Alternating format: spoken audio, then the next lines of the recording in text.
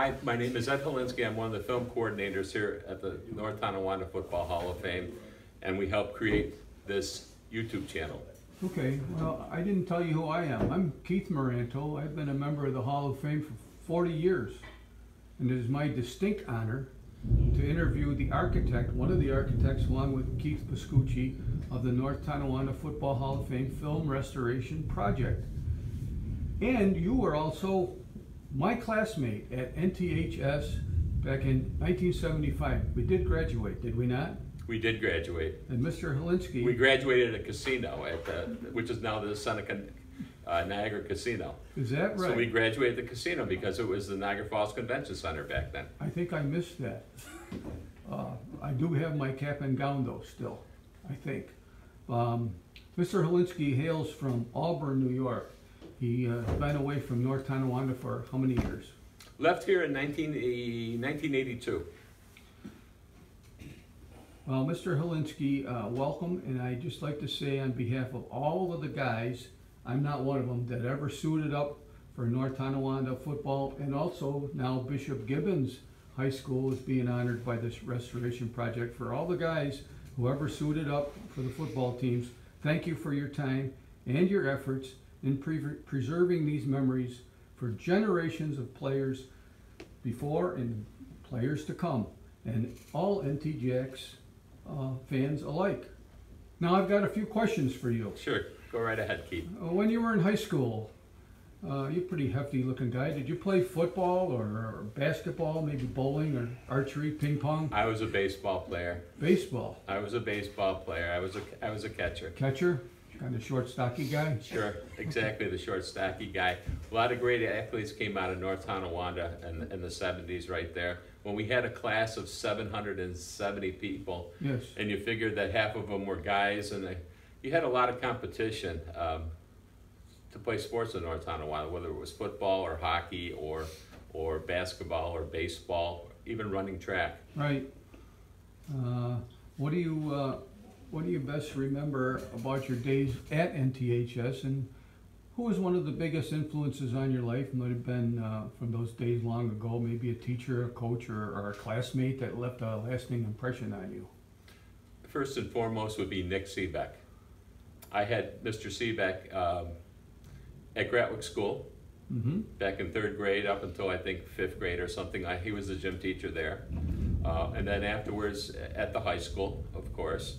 And then come to find out, when I went to school at Indiana University, he was a big star quarterback at Indiana University. The dorm that I lived at IU was right across the street from the stadium that he played at. It was also used for the filming of Breaking Away, the bicycle story that was filmed in 1979 as well too, which I sat in during that as well as an extra. But come to find out, it was that same stadium, the first memorial stadium at Indiana University. So Nick always will, first and foremost, will always be with me. Did he ever call you a Kabashki head? He called everybody a Kabashki head. That was a term of endearment. Sure, especially you being of the Polish descent. And we lived a block away from each other, him being on East Felton and me being on North Avenue. Yeah, just a great guy. I had him for 4th grade as well at Drake School. He used to go around quite a bit. So we were going to ask you where you went to college, and you already told us. What about any interesting lines of work that you've been involved in since you toted your books around the halls of NTHS? Well, people don't realize that I started off as a part-time sports writer back in 1973 with the Tonawanda News. And it was a guy named Paul Moran who was there briefly, a Buffalo guy, and then became a great thoroughbred and horse racing writer in this country. And so he gave me my first shot on that, and I remember doing, covering games in Niagara Wheatfield and Tonawanda and that. Back then, we didn't get to do, if you were a North Tonawanda guy, they didn't give you the North Tonawanda beat. You had to go do the Kenmores and the Niagara Wheatfields and the Niagara Falls games instead. They didn't want any bias in any way, shape, or form. Do you remember how much they paid you for those gigs? Oh, it was per story.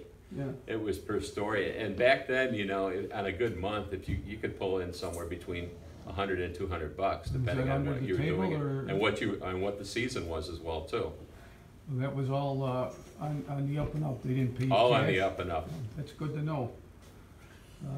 And then after that, you know, I worked at the Buffalo Courier-Express with guys like Phil Rinaldo and Bob Powell and Jim Peters and Mike Bellani, Chip Draper.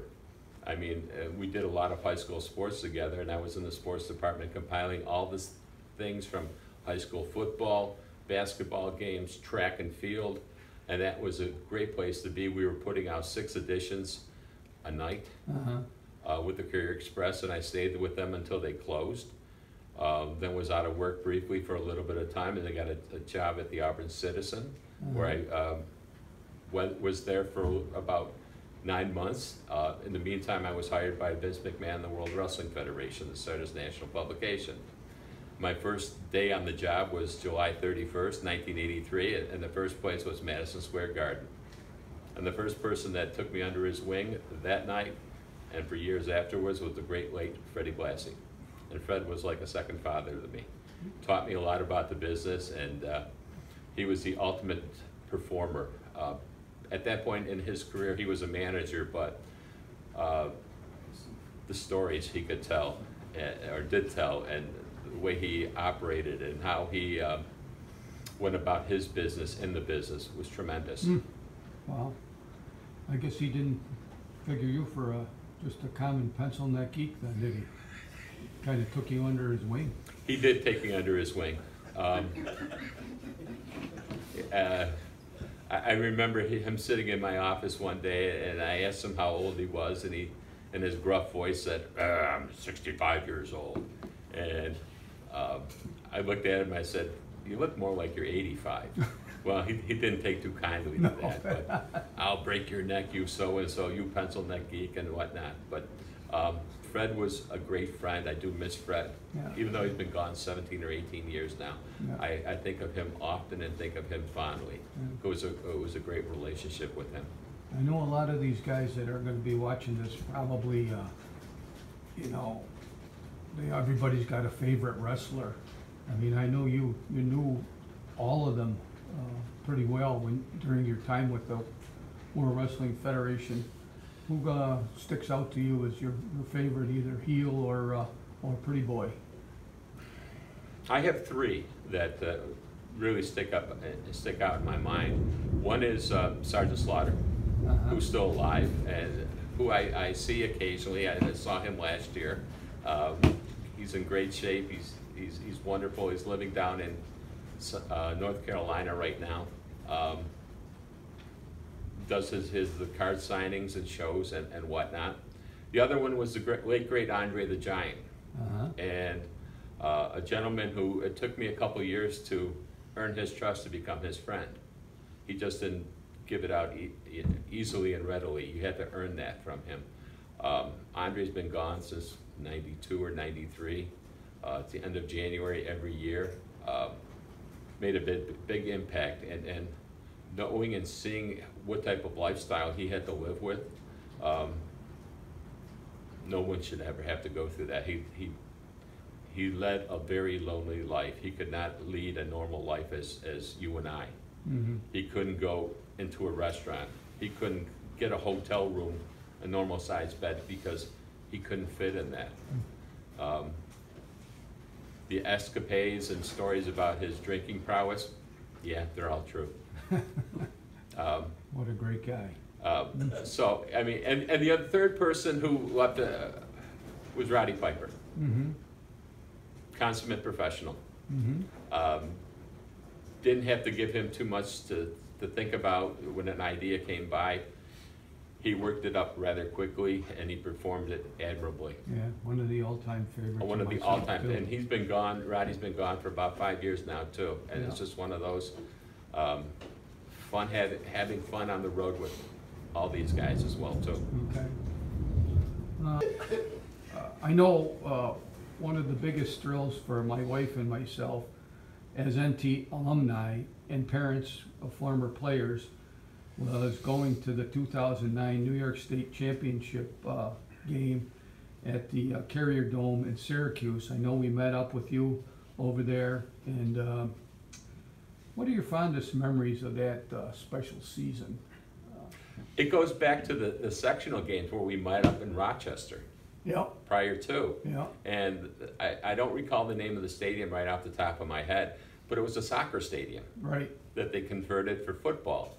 And one thing that always reminds me, and I had a picture taken with this guy, there was a gentleman in the stands from NT. He had a Mexican sombrero on, he had a Mexican shawl on, and he had a turquoise rotary telephone that he kept with him and would put up to his ear.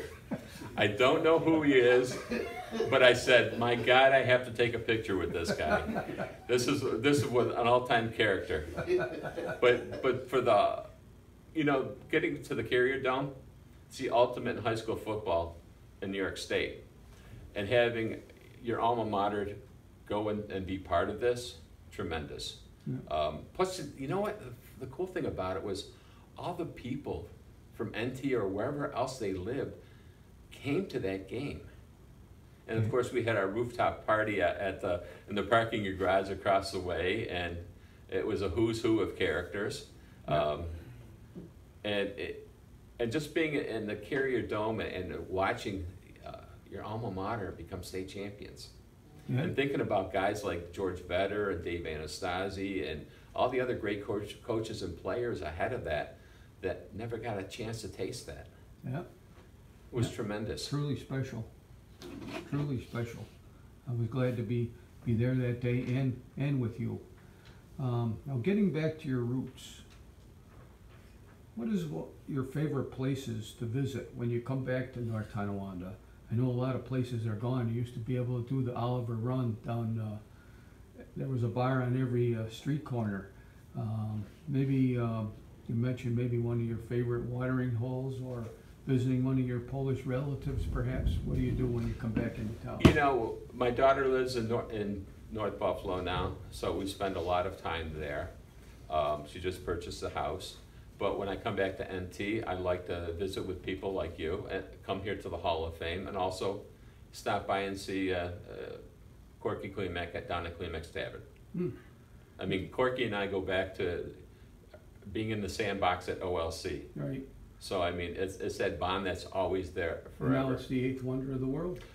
8th, 9th, and 10th from my understanding. And finally, one last question I'd like to ask. What in the hell ever possessed you to get involved in a project such as this, knowing that you haven't lived here for 40 years? What possessed you and Keith Pascucci? I mean, it was Keith reached out to me a couple years ago, and he had some ideas about marketing the Hall of Fame.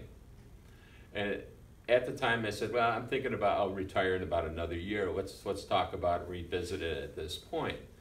And then when he contacted me, it was October of, it was. Those in your mind? No. I'm trying to get the correct date. I think it was September of 2019. He reached out to me and said, hey, I got some idea, and I want to, these old game films, and can we process them and create a YouTube channel? And I said, oh my God, that's a great idea. Why not? Mm-hmm. And then I looked around, and there's nothing like this that exists like this. And, Keith had the connection with Legacy Box down in Chattanooga, Tennessee. He had all the wonderful films here that were the 8 and 16 millimeter films that were here that needed to be done with something, mm-hmm. or they would literally disintegrate and fall apart. And then we were trying to figure out how are we going to do VHS and beta tapes. And where are we going to find a working VHS machine? And better yet, where are we going to find a working beta machine? And they stopped making betas in like 2003. Mm-hmm. But we found that. I found a couple of programs where we can do the conversion to it. And right now we're coming up on 600 videos between interviews and game films. And plus we have probably another 60 films out there still. Mm. So it's tremendous. So now it's satisfying, and it kind of gives me something to do besides, working a little part-time. mostly retired and doing broadcasting, Weedsport Athletics. I got one last thing, and then we can head away here.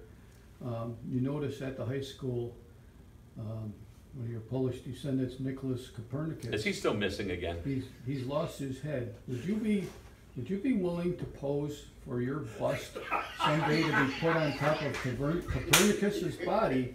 I mean, you've done such a wonderful thing for North Tonawanda High School. I can't think of anything better. Ed Helinski's bust on You know Nicholas what? I can think of Copernicus's several body. things better. That's a great idea.